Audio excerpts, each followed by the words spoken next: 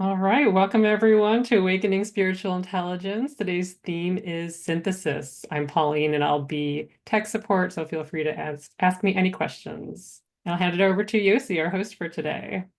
Thank you, Pauline. I think you're the host. I'm the the speaker or something. I just realized I'm gonna clean out my camera, so excuse my. Okay. So yeah, thanks for putting up with the me dancing a little bit. I think you're lucky I didn't break into my break dancing routine or try to join and sing over Alanis, but I thought I do like her music and I do like her words. I'm high, but I'm grounded. Is there a part of you? I'm feeling high in a way, but I'm also grounded. Is there any part of you in this moment that feels high? So just see if that's there in any way. And then notice if there's a part of you that's kind of grounded, connected to the earth. So, just kind of seeing if we can uh, live in with these polarities, high and grounded. I think she talks about a number of them. And so we'll be talking today about synthesis, and our world is full of polarities. I'll talk more about that. But first, what is synthesis?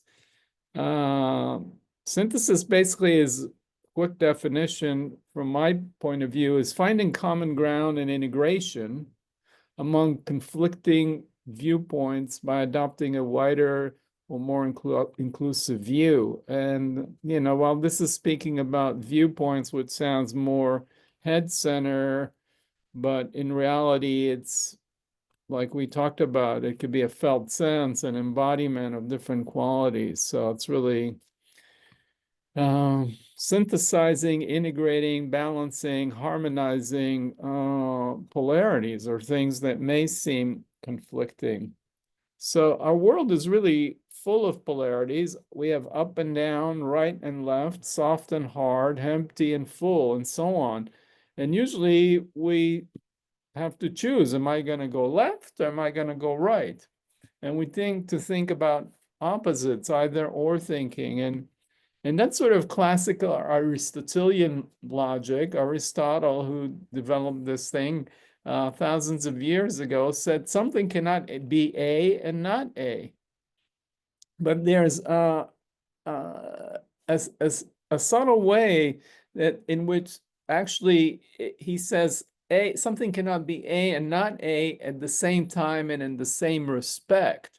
So I could be fully empty, and at the same time, I could be full. I could be fully and empty, full and empty. I could be empty in my belly, but full with ideas in the head, or vice versa. I could have an empty stomach and a full stomach and an empty wide, whichever it is. I think I got confused. Obviously, my head is full of jumbled around. So, but depending on the situation, one or the other may be preferred. So, so it depends on the situation. Sometimes one may be preferred and sometimes the other. And sometimes we like to have both our head and our belly full. So now I'm back to either or thinking. So, but ideally you want to synthesize and integrate and balance and harmonize. And so we can go back to this definition just for a second, and which is this finding the common ground, the integration among these qualities, these different viewpoints, to have a more inclusive, more wider view that includes and embraces more in our being. And and in our life, personally, we want to often balance out multiple qualities. I want to be fierce. Sometimes that's what's called for. And sometimes I want to be tender. I want to be confident, but I also want to be humble and vulnerable. So Rumi says it. I love this quote. fierce like a lion, and tender like an evening star. So let those words just come onto your consciousness and marinate in them and see what it would be like if you could be both fierce like a lion and tender and bright and shining like an evening star. Wouldn't that be fun? I think that'd be awesome. So, there's also obviously the masculine, feminine, and whatever those words may mean. I hope I'm not offending anyone. I'm a heterosexual man, but I hope I could be both masculine in certain respects and feminine in others. And there is a balance between those two energies within each of us. That's what Jung thought when was one of the hallmarks of human development, is whether you're non-binary or not. For all people, we have these archetypal energies living within us, and we want to embrace and actualize more. And however we define our gender or our sexuality, those are just energies. So I hope for me, I could be both assertive and receptive, powerful and vulnerable, disciplined and spontaneous. In different times in life, these qualities are more what's called for, and we obviously want to embrace and actualize these, and depending on the situation, be able to manifest that quality and move back and forth depending on the circumstances in the moment. And so we may think commonly that these are opposing ideas, but in reality, as this wise person says, Scott Fitzgerald, the test of a first-rate intelligence is the ability to hold two opposed ideas in the mind at the same time and still retain the ability to function.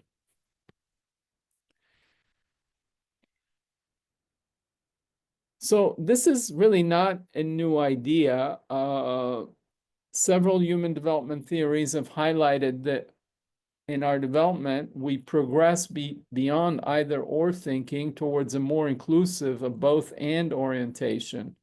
And the 19th century German philosopher Hegel proposed a dialectical method and logic in which contradictory propositions, a thesis and antithesis, can be resolved at a higher level of truth, which we call synthesis.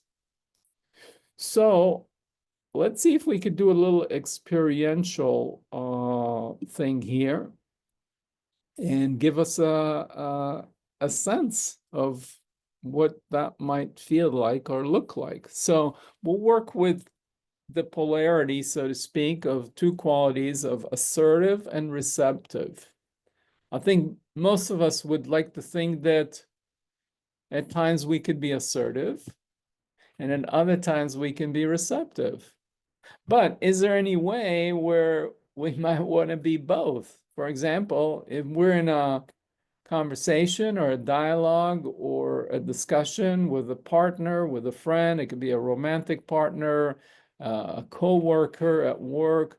We have some ideas about the future we want to do. We're planning a vacation with a friend, with a partner.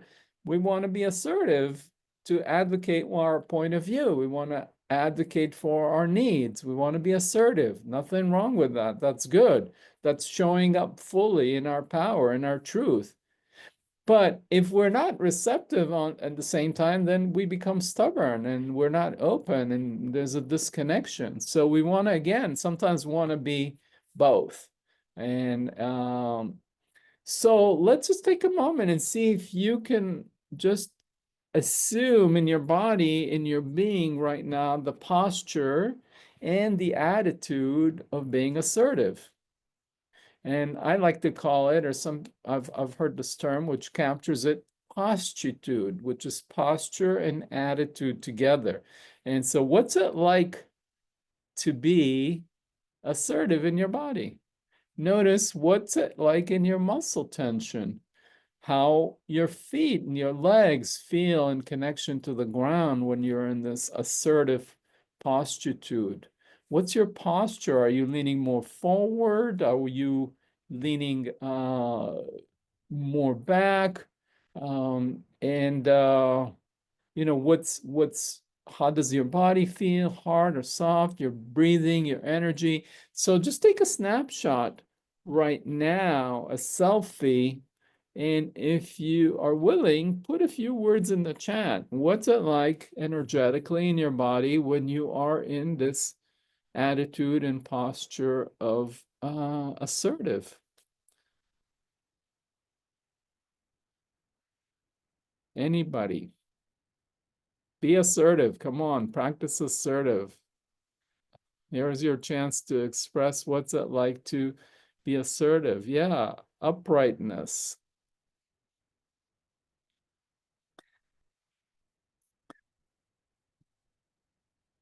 Yeah, leaning forward. Anybody else willing to be assertive? Deep breath rising into my chest. Okay, so there's a fullness. When we're assertive, we feel full. We're not collapsed, shrunk. We're showing up in the authentic self that we are. There's a sense of flow, of yoga position.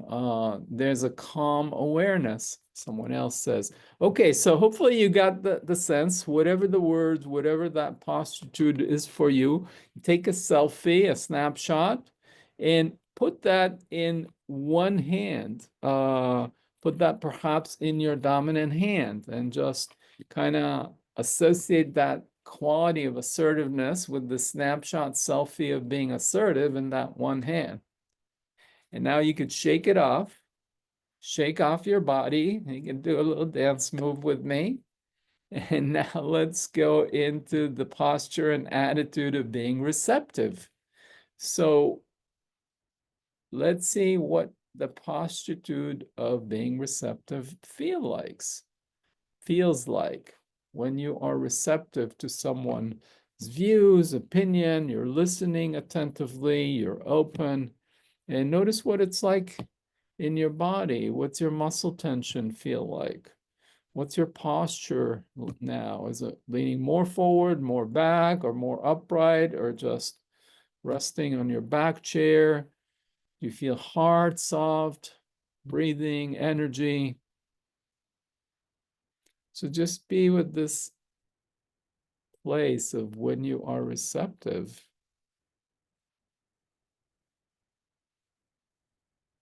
And again, take a snapshot selfie, and I am here receptive to your description. So here's my invitation for you to express what's it like to be receptive.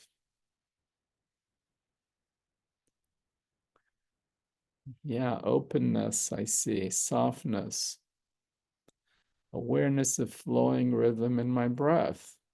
So there's a flow quality, there's a softness, there's an ease when we are receptive. We're not resisting anybody, we're not fighting with anybody. We're receptive to reality, how and ever it's unfolding in and around us. So we're in the flow of life. We're receptive to the flow of life, and it's flowing through us. We're receiving it, and it's flowing through us. So we're in the flow, and there's that ease. So, so put this quality of being receptive in your other hand, perhaps not your non-dominant hand, the other hand than the one you took, and just capture that selfie snapshot. And just feel that state of receptivity. And now you could shake that off. Shake it off, shake off the receptive quality, and recall, bring back the quality of being assertive. So whatever hand that was in, bring that back and see, notice if you notice kind of that constellation of qualities that we talked about of when we're assertive. And notice the shift from receptive to assertive when you put focus on being assertive versus when we were just in this receptive mode. So let's just spend a few breaths just marinating and being assertive. However that is for you. Perhaps you feel your feet, on the ground. Perhaps you're slightly leaning forward. Perhaps your spine is more vertically aligned. Perhaps there's a sense of strength associated with this, a sense of power. And again, shake that off, shake off the assertive and go back to the receptive. Bring up that selfie snapshot of being receptive and put that back in that second hand. And notice what happens to your breathing. Perhaps there's a deeper exhale, like I don't need to advocate anything. I could just receive the way life is in this moment. That flow quality, that ease. I noticed as soon as I said receptive, I took a deeper breath and I was like, I'm no longer pushing or advocating or, being as forward leaning. So I'm more receptive, that softness, that openness, that flow, that ease. Okay, and while you're holding that, let's see if you can bring back the assertive quality and hold that also. So now you got both assertive and receptive. You've gone back and forth.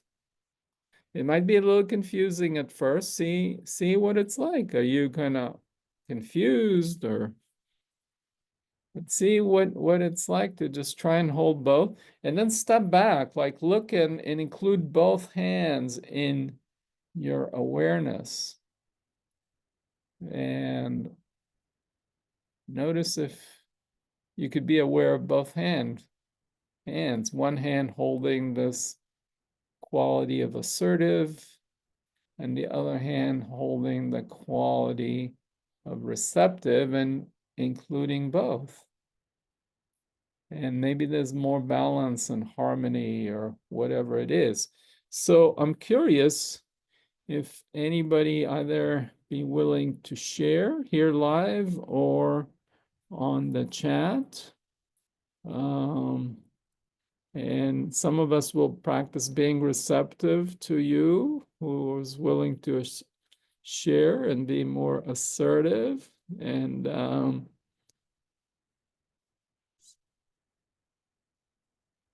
what was it like? Anybody was able to balance and include both qualities, assertive and receptive? Yeah, Carrie. Hi, everyone. It when I am feeling assertive and receptive, it's that's when I'm most connected to myself. In those states, it's a feeling of just knowing that I'm okay, and that I am in possession of a self that can assert myself and also be receptive to other people. I have worked with the public closely, and it can be challenging sometimes when we have personal issues going on or the other person does. So not picking up that energy, being in my own energy, feels connected to me, and in that way I feel stronger, more. I've got me on my side, so I can be assertive and receptive because my power source is plugged in, which is me. Yeah, so when you're most connected to your authentic self, you're both assertive and receptive. Isn't that amazing? Yes. So there's a state of wholeness, and your full self is showing up and you're assertive, but you're not closed off to others. So, our essence is open and our spirit is open. Our spirit is both open and shines. So we can shine and radiate our own light, and outflow.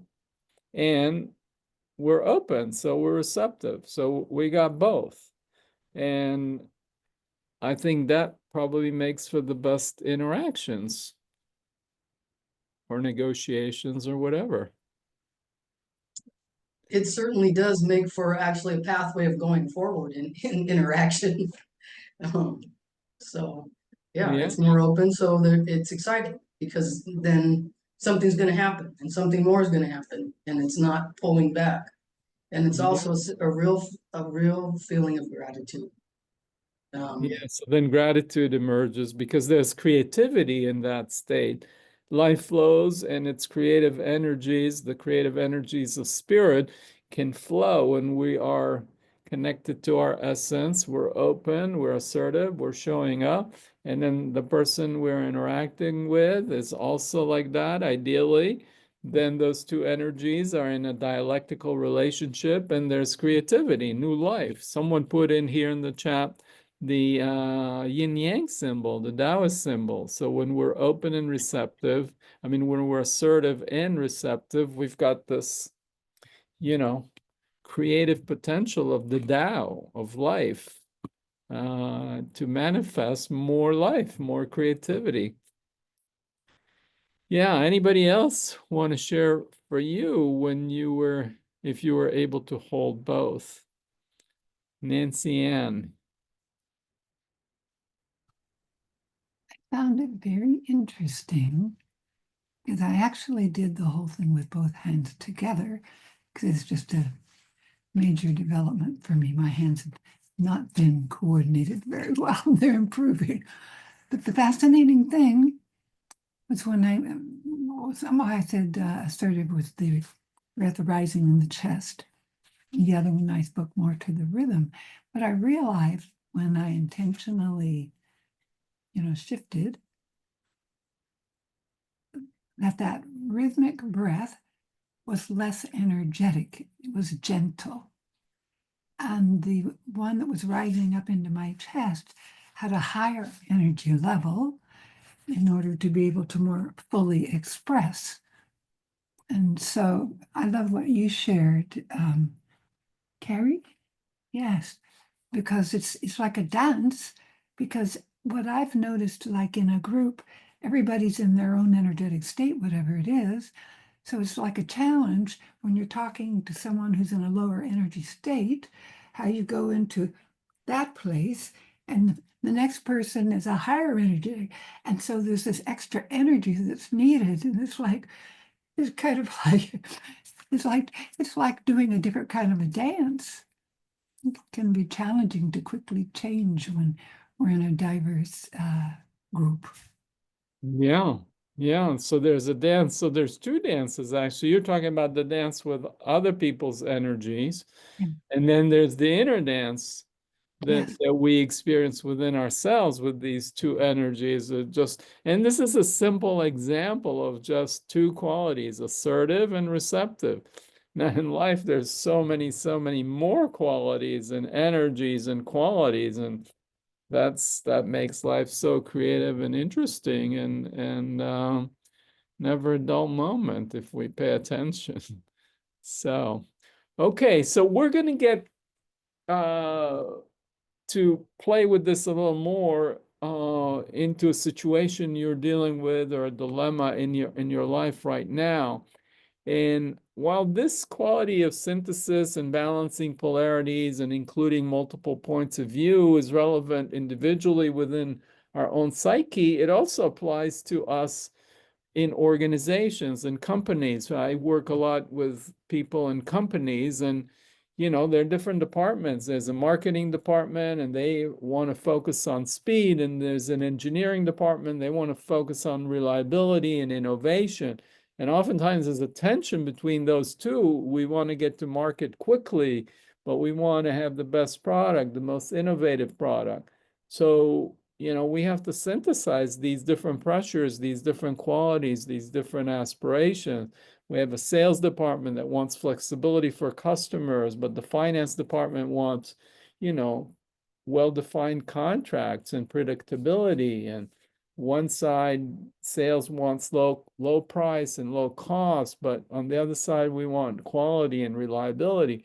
So we always have these competing qualities and desires individually, but also organizationally. And this may also happen in teams, within families.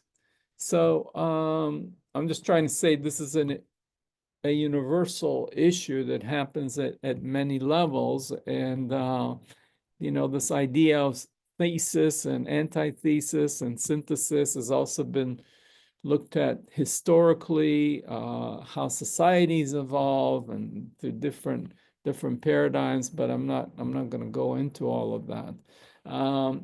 But in my own research, for spiritual intelligence, I interviewed 71 teachers, and all of them basically spoke about something in relation to this quality of synthesis. So I'm just going to share a few quotes here with you. The first one is, spirit to me is the wholeness, the unity that encompasses polarity. It holds together opposing forces and creates harmony. So if I want to walk in the world as a person of peace and harmony or harmonious force, I must be big. I need to contain opposites, which means making room for my opinion and its opposite, while knowing the truth is the unity of opposites. I think that was talked about earlier here when we're connected to our spirit, our true nature, our wholeness, our essence. We're both assertive and receptive. As Carrie said that beautifully. So another participant said, everything I can analyze or assess about you is included in my consideration. I want to be polite yet irreverent. I need to be humble but spontaneously powerful in our encounter. They were talking about our interview in real time. So they were just expressing how this idea of synthesis was coming up in our interaction.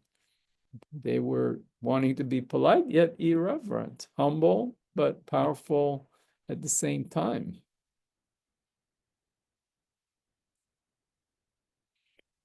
So another one said,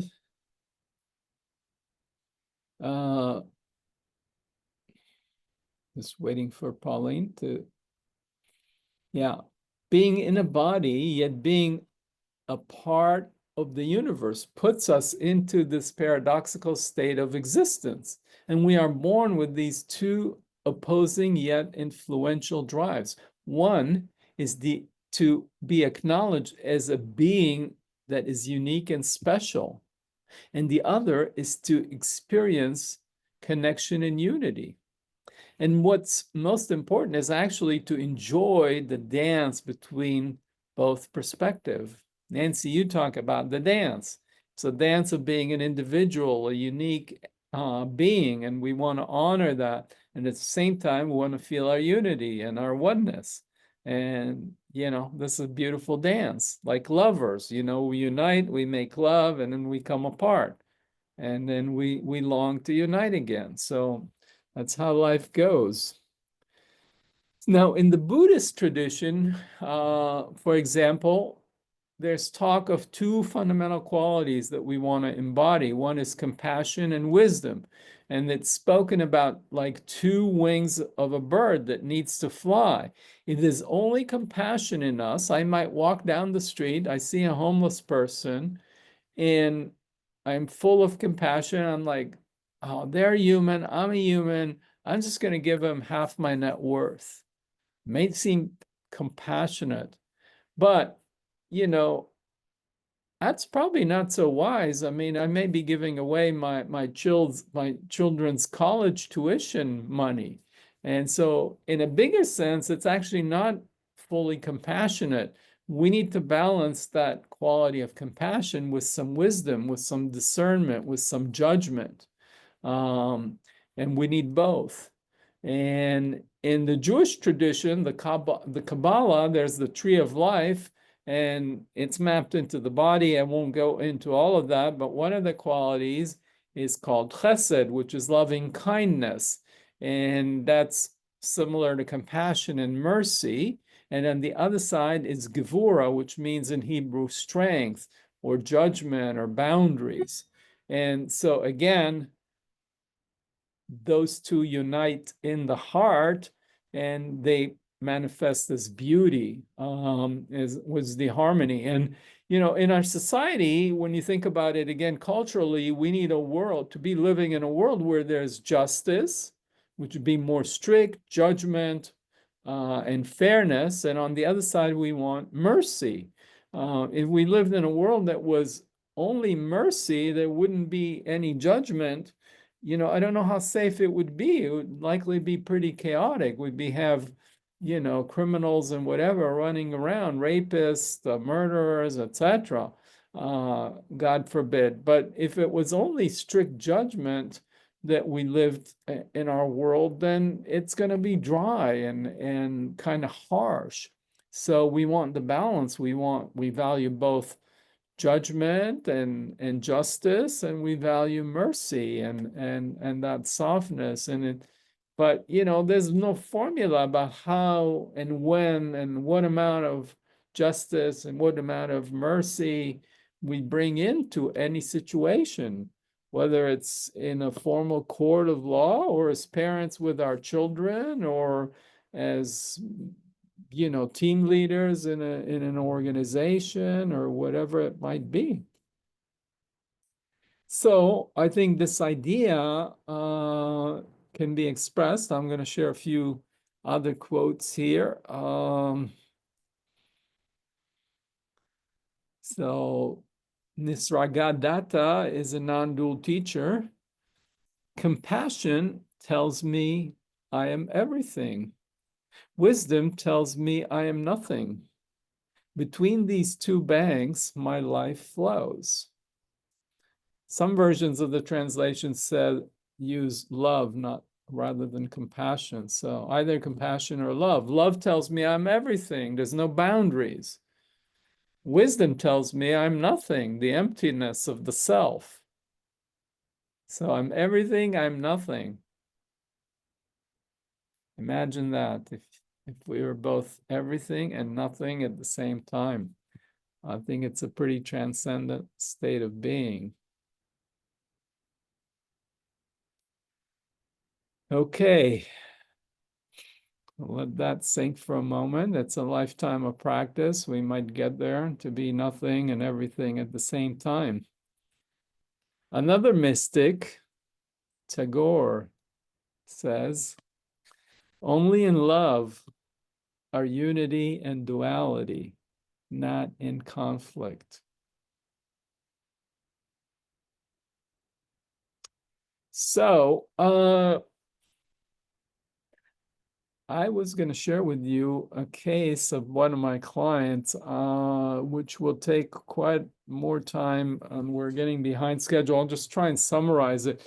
But basically, this was a case working with a client that was a CEO of a company, had an employee that was not fully performing, and it was holding up the entire company. The board was pressuring them to fire the person because they weren't performing.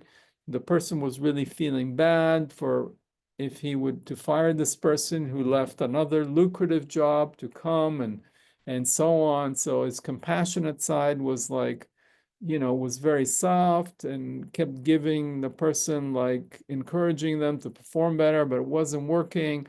And he was torn between this being fierce and, you know, taking strong action on behalf of the company, or being soft and kind and considerate to this person, not wanting to terminate them or lay them off, etc.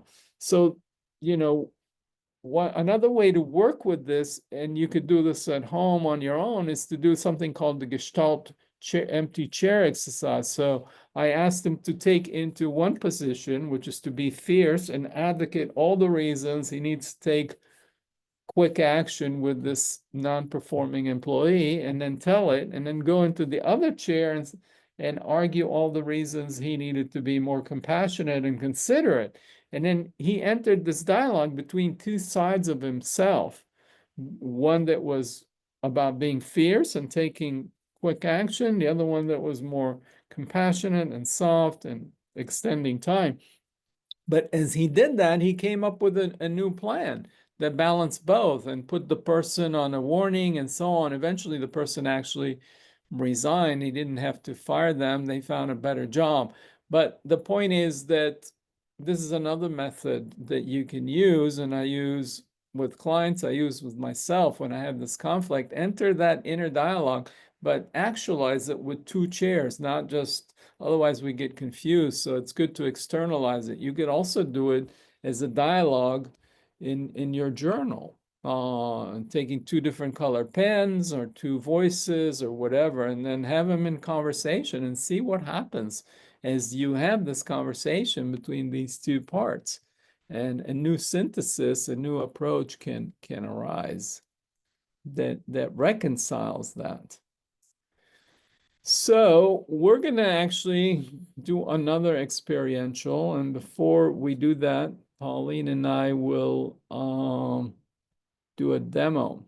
And Pauline, thanks for typing into the chat this Gestalt empty chair exercise. Some of you can search it on the internet to find out more. So it's a good transformation practice. So, so this exercise, you're going to be paired up with someone here in the in our gathering community here, and you're going to work on a dilemma you're facing. We all face dilemmas in life. It might be between two jobs. One job is like pays well, is really convenient, and the other job is far away, but you're really aligned with the mission and the purpose and the team. Or it could be one job is, it could be two homes and two that you're looking to move into, and one is in a good neighborhood and close to restaurants and cafes and a yoga studio you like to go to, and the one is close to nature or is more affordable, etc. We always face these dilemmas, and so the question is, well, how do we deal with that? And do we just kind of have to make a tough decision, which sometimes we do, but sometimes we can find syntheses or a third alternative that emerges. So we'll be working with that and see if you can actually experience something here in doing that. So so Pauline and I will be demonstrating this. Hi, Pauline. Thanks for Hello. volunteering. Yeah, thanks for inviting me. And I did also create slides that show the steps for this whole exercise. So maybe we can put the slides up and go through the exercise together. Does that sound good? Yeah, so you want to do the slide and outline it, and then you and I will do it so people could see the video and be less with the slide, or what do you think? Yeah, that's a good idea. Let's put the slides up just to give an overview. And it's a little bit similar to the exercise we did earlier, where you were feeling the assertive quality in one hand and then shaking that out and feeling the receptive qualities in the other hand. So that concept of feeling and then holding in two different hands is part of this exercise. And when we get into the breakout rooms, you'll have a minute to introduce yourselves.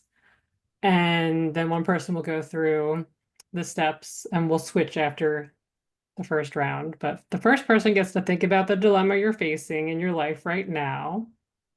And there should be two distinct choices just to make it accessible for this exercise. And anything to add for this first part, Yosi? No, so you'll spend a moment just talking about your dilemma, and the second person will be just receiving, listening. You're going to be practicing receptive, your receptive postitude, just witnessing and holding space. And I will be broadcasting over the system, reminding you what the next step is and the minute. So, Yeah, so you'll each have a minute to introduce yourselves, like Pauline said. That will take 2 minutes. You'll pick which person goes first. So the first person that goes describes your dilemma over a minute. And then the next step is to identify the value of one of the options. And so what would be the argument or the core value, the top essential core value of this option? It could be an essential SI quality that would come up for you, or a human need. It could be like I mentioned, in if it's a job choice, one, there is a great community and a sense of belonging. So what the top draw to this alternative would be belonging or community, or it could be identifying with a sense of purpose, or it could be my self-expression, it could be safety, comfort, love, freedom, autonomy. Now, each of the choices may have a whole basket of qualities, high pay and purpose and whatever, but pick the top one for that choice and just focus on that essential need, that quality that this represent. We're just going to simplify it. Of course, in life, things get a little more complicated, but we want to kind of take baby steps before we run through rugged territory. So anything you want to add about that step, Pauline? This is on step 3 here, value of option A. Right. And I appreciate how you mentioned picking the top quality. Sometimes I like to pick maybe 2 qualities if it feels like they're both really important. Is that still okay? If they're similar, I would say it's okay. But if they're going to pull you different and they're going to be a little confusing, I would just pick one. You could do this exercise several times. Good point. And you could do it with one quality, then the other quality, and you could, I mean, if you want to break the rules and be spontaneous, do 2 qualities, see how it works for you. Yeah, if they're close enough, I get what you're saying, where that could be good as opposed to if they were 2 different qualities that were maybe causing even more opposition in myself. It's easier to just focus on similarities. Yeah. Great. Okay, so once you've picked that quality for the first option, then like we did before, then you focus on what's it like to think about it, that value, just that quality. At that point, you're not so much focused on, oh, I'm taking this job with that company or I'm renting this apartment. You just think, okay, this apartment is spacious and the value is spaciousness and beauty. Okay, so what's it like when I'm just valuing spaciousness and beauty, and just see what it would feel like, to immerse yourself in spaciousness and beauty, which is associated with the apartment on 5431, Main Street, whatever it is.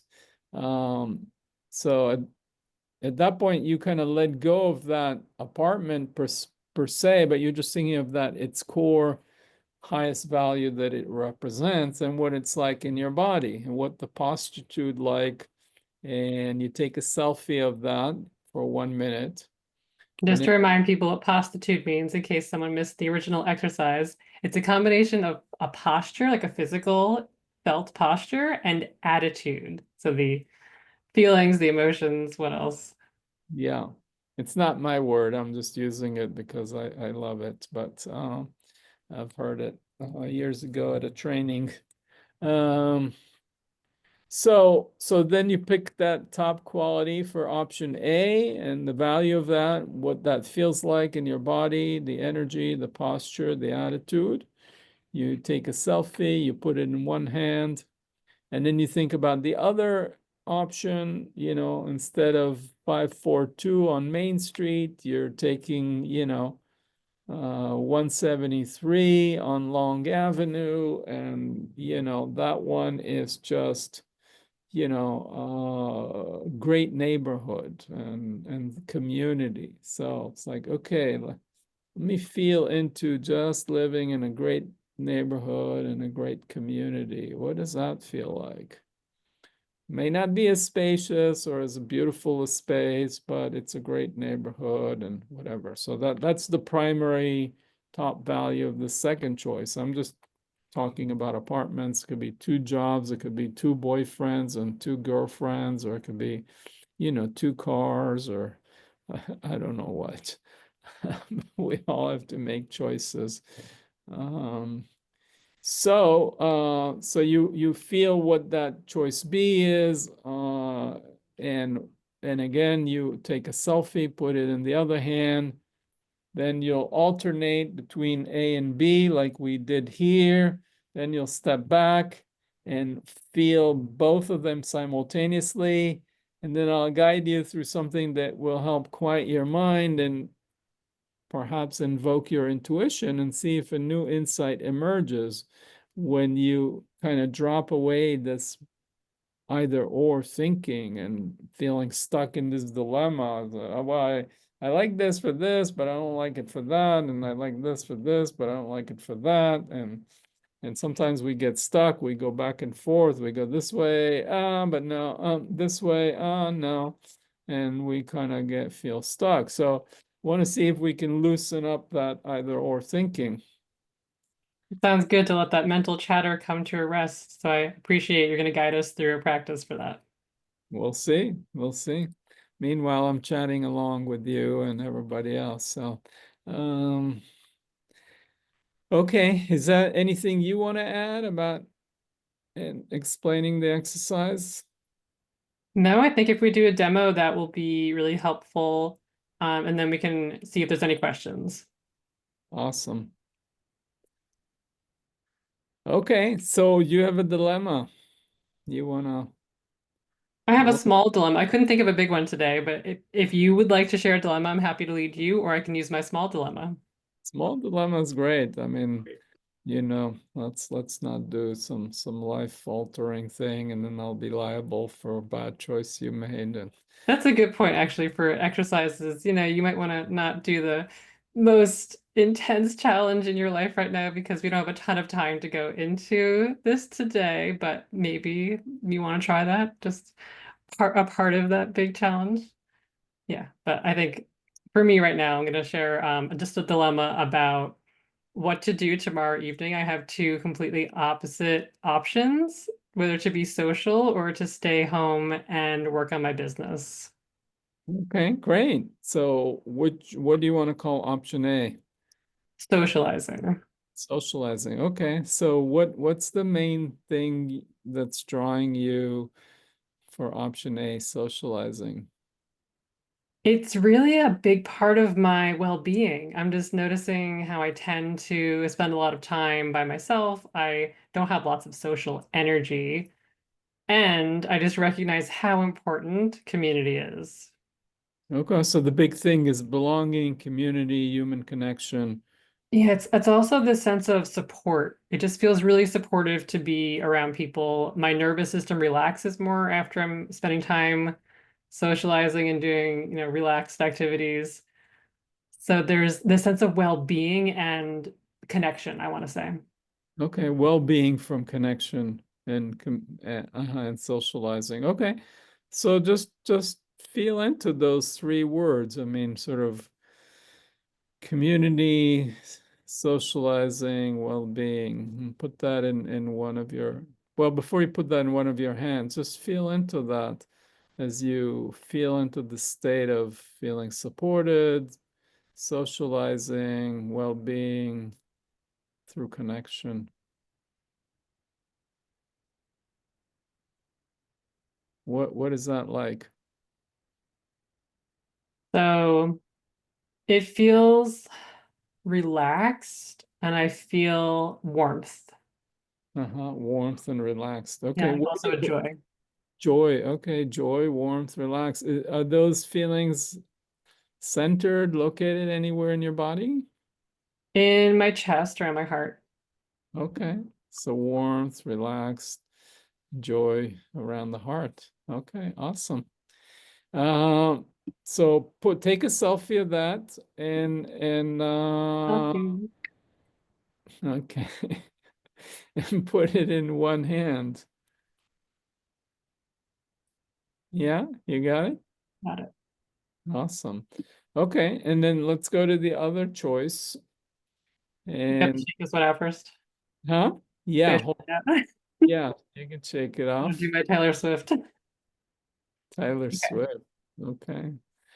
So Uh, option B was to stay home and work on my business. yeah, okay. Yeah. So that one, I feel it supports my purpose and my mission in the world and also my financial freedom, but it's mainly about my purpose and my mission. Okay. So staying home, working on my purpose is like really aligned with my purpose, my mission. I'm working towards what I want to do, contribute to the world through my business, through my work. Uh-huh. Mhm. Okay. So purpose, mission. Uh-huh. So what does that feel like? That I feel as an upright sense of alignment. I actually feel the central axis of my body and it feels vibrant. Vibrant alignment, spine, feel taller perhaps. Hmm. Yeah, okay. So let's take a snapshot of that. Got it. So upright, vibrancy, alignment. Put that in this other hand. And just take a moment to hold on to purpose, alignment, purpose, mission. Okay, you could shake that up. Okay. And let's recall the socializing options, community, support, belonging. Mhm. Yeah, Got feel it. what do are you back to the Yeah, warm it's more of an hearted? expanded heart opening. Uh-huh. Okay, good. And so put that down, shake that hand. And let's go back to the hand with the purpose, mission, vertical alignment, and taller, upright, whatever it is. Yeah, so it's there. Got it. Okay. So while you've got that, pick up the socializing, support, community, belonging hand and see what it's like to hold both. And step back and include both. Mm. What's it like? At first, it felt confusing Uh-huh. and in a good way. And like, I don't know what's going on, but there's this sense of spaciousness. And I'm not trying to figure it out. So that just feels like, okay, I'm holding. Uh-huh. Yeah, okay. Holding. Uh-huh. Okay. So as you're holding both hands, not trying to figure out, sense into the space between your temples and the space at the back of your skull, at the base of the occiput.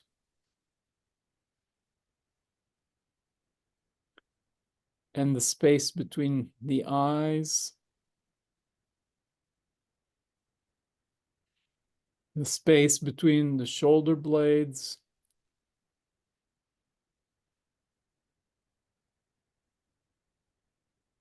the space between the hip joints, the space between the knees, the space between the ankles, and the space between the feet.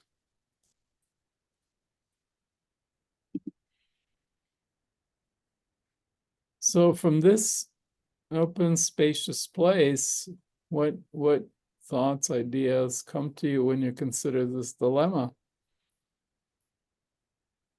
Well, it's interesting. What came up was I don't have to decide now. Uh-huh. And I just feel like I have a lot more flexibility in my schedule than I originally was thinking. I got these different times popping up in my mind of like, oh, I could work on my business this other time. And just really wanting myself to know that I'm prioritizing my business. It's like this Uh-huh. internal commitment that seems important to acknowledge, and that doesn't take away from my ability to socialize Saturday night. Okay, so you found a third alternative, which is work on the business, I don't know, tomorrow morning or this afternoon or something, and then go socialize tomorrow night. Exactly. I think it Now, was just really important to connect with that deep desire to prioritize my business and to really honor that that's so important to me. yeah, that your sense of purpose and mission. Yeah. Oh, I wonder, and this is off the exercise, but I wonder if there's a way for you to go and get support about your purpose and mission while socializing. Oh, that's such a beautiful thought. I really appreciate you saying that because yeah, that's actually something I want to talk more about with people I meet and others and just really not feel as self-conscious because I Mhm. don't have a great elevator pitch and all the things, but why not just talk about where I'm at now?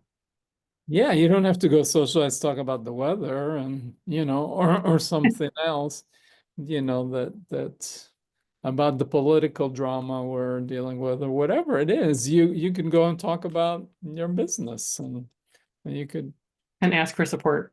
yeah, Yeah. Yes, thank you for naming that. No, it's okay. not part of the exercise to give feedback, but we can maybe share more feedback in the big group when we come back from the exercise, which would be great to hear. Yeah, okay. Any questions or comments about this exercise before you get a chance to do it yourself? Are you all rearing to go?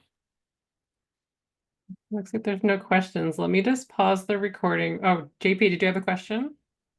Okay, let me pause the recording. Awesome. Thank you. Thank you all. We'll come back. We'll come back. So I would love to hear what your experience was, how that was for you, and if you learned anything or forgot anything, or how was this dance? Thank God we have two hands, huh? On the one hand and on the other hand.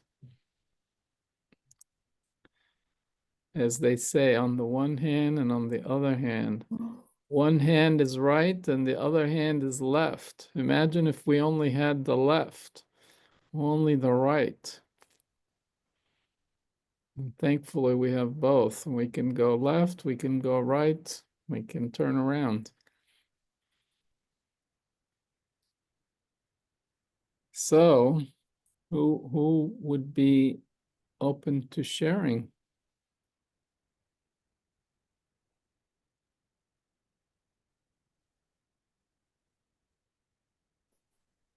Harry.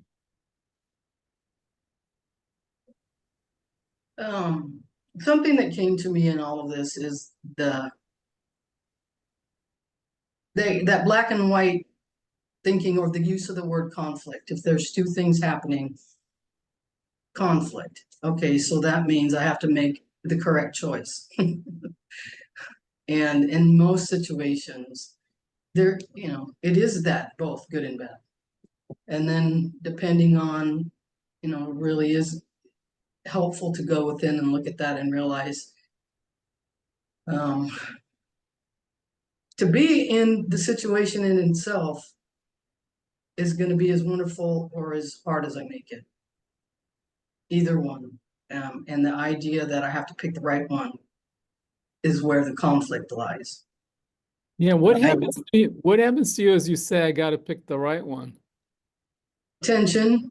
Yeah, okay. Uh, and really it can go immediate, yeah, tension in the body.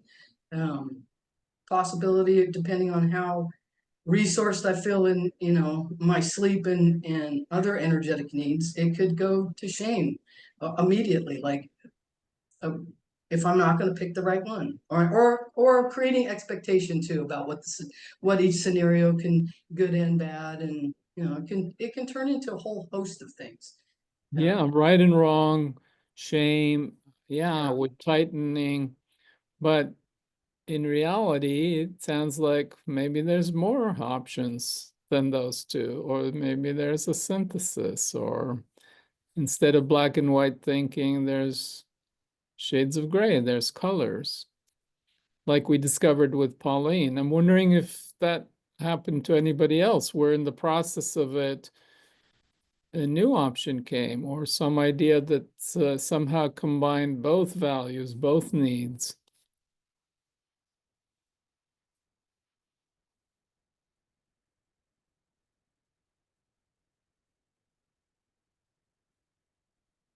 I like to think of diversity, and I don't have all the answers. I have my personal experience, which is Uh-huh. which is sometimes holistic, but it's not the whole picture. And since my focus is community influence, I can't influence a community if I don't know what's influencing the community. And so it is, as you said earlier, a dance between noticing what I bring, noticing what other people bring, and sometimes in between noticing something that's missing that I never thought to share. So Mhm.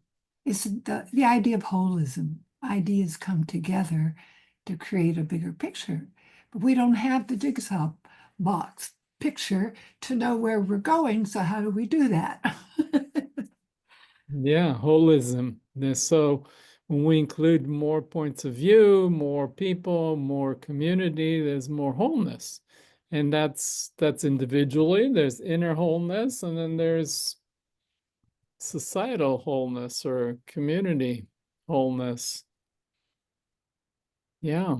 So what happened specifically with your dilemma without necessarily sharing what the dilemma was, but what happened when you were you able to identify a core value for each option and kind of recall that and notice the difference in your energy and state of being? Well, interestingly enough, my example was very similar to Pauline's Uh-huh. because, I'm working on a legacy project that requires community input, or it's a vacuum that lives inside of me. So when belonging, right, the social part, to do this deeper sharing where we find pieces and parts that come together requires a sense of belonging somehow. But then to start to create space for the form of that to start to show itself takes a whole lot of patience.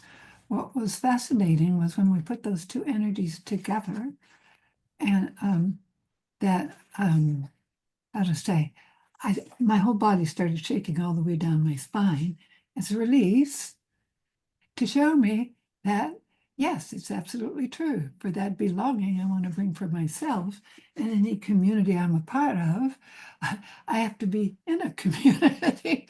And not only that, probably multiple communities, because we're discovering it together. Even communities are diverse. Yeah, okay. So there's diversity, we want community, and then we want autonomy. We want our freedom, our unique expression, Yeah. and then how we balance those two, right? Mhm. Yeah, so that's a universal dilemma, how to be in our autonomy and in our unity.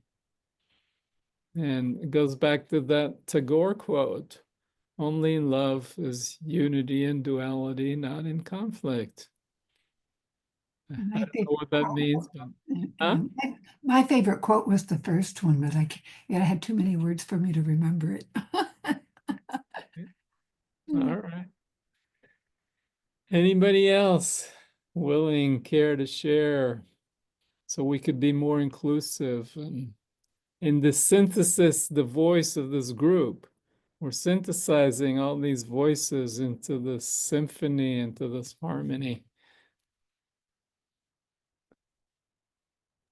And feel free to write in the chat if that's easier. I can read out your shares as well. And I'll just share from my experience, it did feel like a dance. This time I used more motion with my hands and just really was feeling the coalescing of the energies between the two. And there was this fullness and this richness of them both feeling combined in my system and in my energy field. The purpose and the community and I support. actually did a different Oh, example. It was okay. self-love and peace and ease. Okay. Yeah. So there was this dance and flow and Yeah, like a beautiful synthesis. That's the best word for it.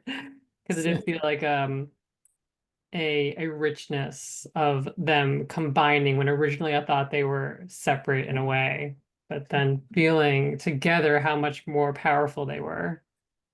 yeah, so there's a tapestry. We're weaving a new tapestry of these threads, and it's richer, more textured, more colored. You know, there's this tapestry that emerges, or it's a mosaic of colors, or yeah. Exactly. Yeah, beautiful mosaic and almost a kaleidoscope. Mhm. Okay. Yeah, so it's a living and breathing dynamism in its dance. When these energies kind of come together, merge, separate, individuate, differentiate, come together. It's a dance of love. Mm. The fullness and the wholeness of love. Yeah. I'm reminded of that quote from earlier in contrast to that wisdom that says, I am nothing. So it's almost as if the emptiness allows me to feel more of that fullness of love. So I'm really appreciating that Yeah. two sides of the whole. Yeah. Have you ever felt full of emptiness? I think I have. Okay. So we could be full of emptiness too. Mhm. Sounds a little crazy making, but Does anyone else want to share? I love this. Nancy Ann wrote, the world is so dynamic. Nature is dynamic. We are learning how to be more dynamic and fluid, just like nature. yeah. There's the glow of the flow.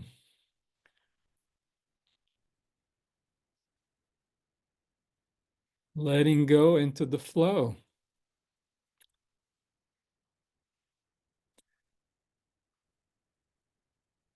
Just takes a little bit more openness, huh?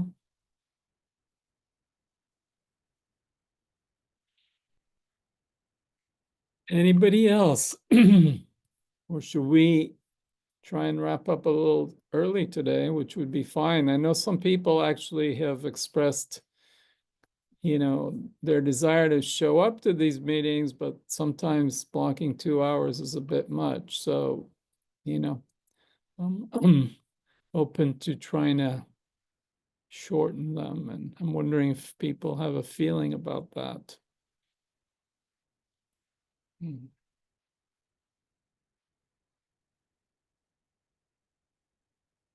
Any feedback? And normally we go until 1:30 California time at least, but if we did an hour and a half, would that be better for people? Or would an hour be even better for people? Just curious. Yeah. I think an hour might be hard to do an experiential too, but yeah, I'm open. Yeah, so it depends on the experiential process, because when we're doing bodily processing, takes more time than the think tank. Uh-huh. And I was quite pushed to stay connected to the process today. Actually, so I was talking over you because there wasn't enough time to be able to use. So I'm going to redo this later. So somatic processing has its own timing. Uh-huh. Yeah, that's very true. Yeah, so if people are working with more surface things in the processing, it's less of an issue. But in these times, we never know what issues we're going to show up that we're going to be processing. But it depends on the experiential process. Yeah. Right, but I mean, for you, do you want the experiential, or are you? Yes, that's what people don't have actually today, because when the nervous system is pushing us and pressuring us forward with all the rapid change, people don't have relaxed time to drop in. And I see that as the value of what you're providing. Okay, yeah. Yeah. It can't be gotten on, another call. I like the idea of what you said, going with the flow, so kind of allowing the meeting to end itself when it's each time, it's that as soon as you change it to an hour, you need 2 hours. So let it be what it is. If it starts to die down, and say, hey, this is a good time to jump out. Next time it might be longer. Start, going with the flow all the time. Yeah. Anybody else? Anybody else who hasn't shared your voice would love to hear the symphony of multiple voices here. But no pressure.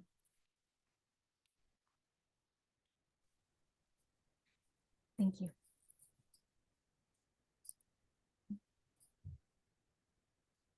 Anybody there? Did I see a movement, a hand? Somebody kind of thinking about getting ready, maybe?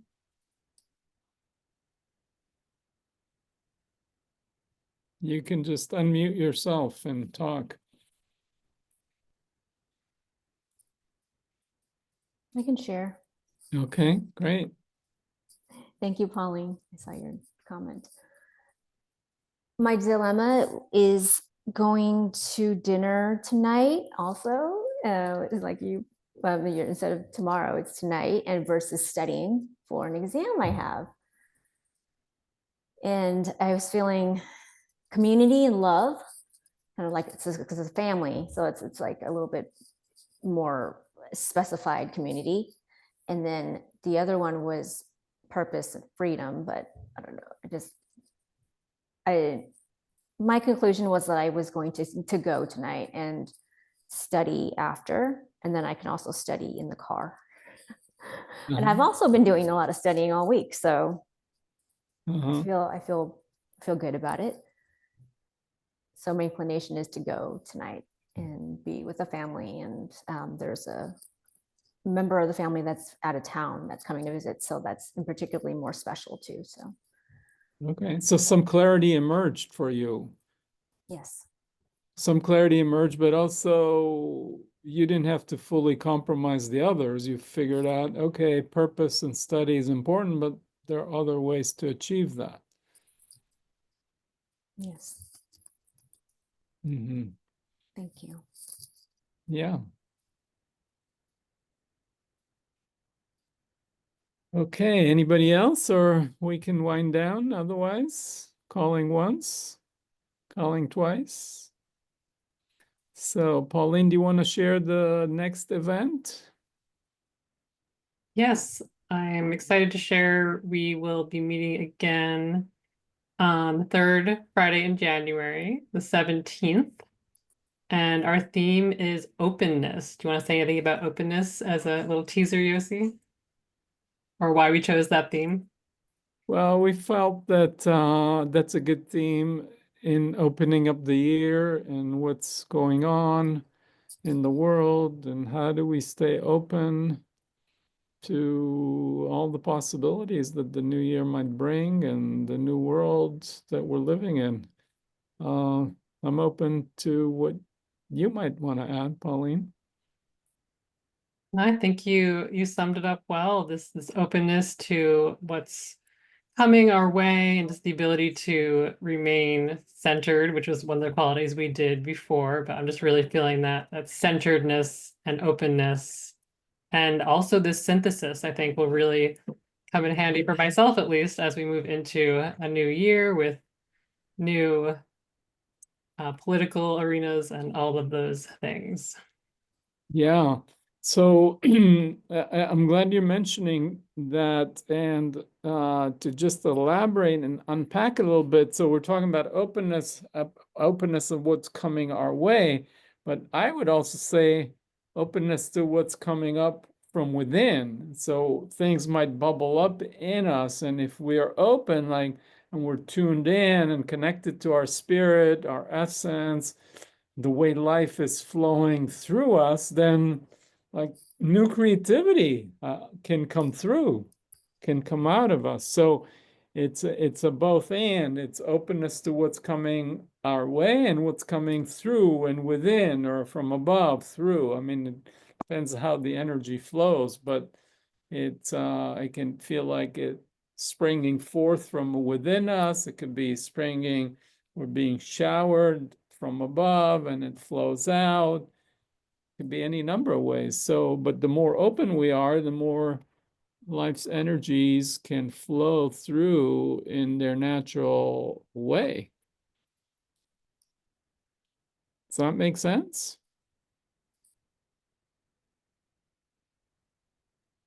It does. Okay, well, I wish everybody a wonderful, wonderful holiday season, whatever you celebrate, whatever best wishes for. We got all the traditions, solstice, Hanukkah, Christmas, New Year's. I'm sure I'm ignorant of some traditions, so please forgive me.